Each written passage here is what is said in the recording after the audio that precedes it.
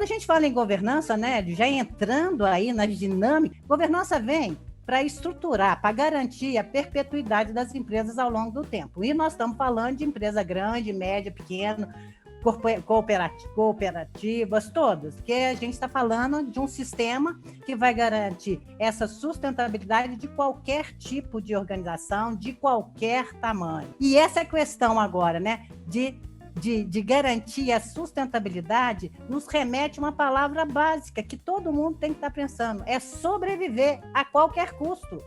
As empresas, elas têm que passar, elas têm que sobreviver e garantir, aumentar o seu grau de resiliência, né? E, ao mesmo tempo, garantir a sua integridade, porque o importante é sobreviver da melhor forma que for. Então, esse eu acho que é o primeiro desafio, mas a pergunta que a gente tem que colocar aqui é o seguinte: como a Covid-19, ela não escolhe a quem ataca, as nossas empresas médias e pequenas estão preparadas para ficar sem a presença do seu número 1, do seu fundador ou dos seus executivos principais? Se de repente o fundador for pego por acometido, ele pode ficar 2, 3 meses fora, ou pode até sair fora para sempre. E como é que as nossas instituições, elas vão garantir a sua sobrevivência se o mínimo não tiver? Então é uma hora, e o grande desafio é a gente fazer um exame de consciência para ver como é que está realmente a propriedade nossa, a estrutura da nossa propriedade para aguentar os trancos que estão vindo. Porque a gente não sabe como é que nós vamos sair dela e nem como é que vai estar o país nisso aí. Mas se a gente não tiver o acordo de acionista, o básico montado, é o básico basicão, é a estrutura mínima de governança que a gente precisa ter de acordo com o ciclo de vida, o máximo de compliance, todo mundo sabe a responsabilização das pessoas físicas nesse contexto, e o que está trazendo, o que essa pandemia trouxe? Houve uma compressão, tá, temporal muito forte. Nós estávamos pensando em teletrabalho, pessoal, há 3, 4 anos na frente. Todo mundo já via, as escolas já estavam preparando e tudo. E, de repente, em 15 dias, nós tivemos que estar trabalhando todo mundo. 20% dos trabalhadores brasileiros já estão trabalhando em home office. E o que significa isso? Se vocês pegarem os últimos dados do DataLauer, aí nós vamos ver que nós começamos o máximo com 2.000 processos trabalhistas no Ministério. Hoje, eu peguei agora, antes de entrar aqui, 36.000.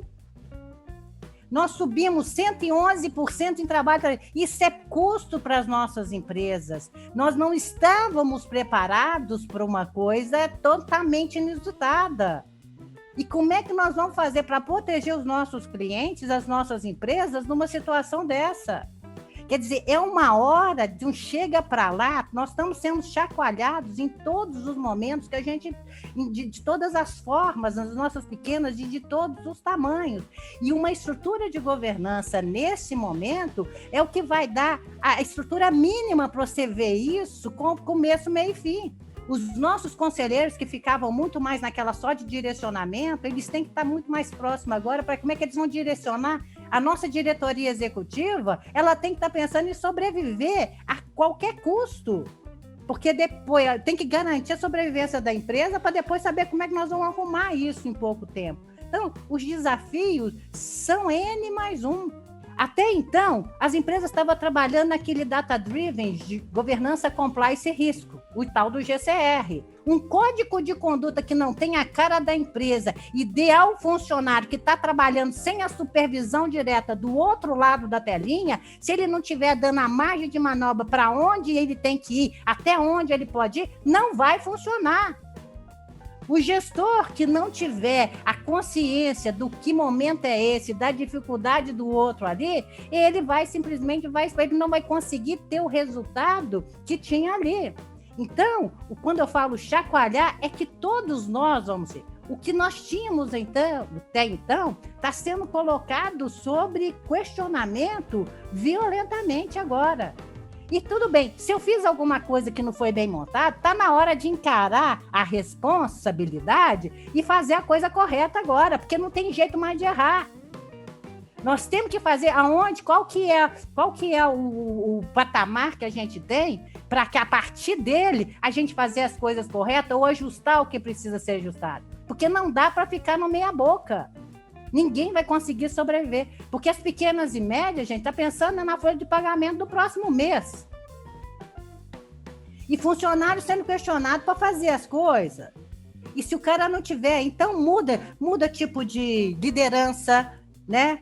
A questão da liderança dentro a estrutura de poder das nossas empresas está mudando, está tudo mudando. E ao mesmo tempo nós estamos, se a gente estava trabalhando no GCR, que é o dever de casa mínimo, né? Agora nós estamos com o ESG julgando aqui à nossa frente, né?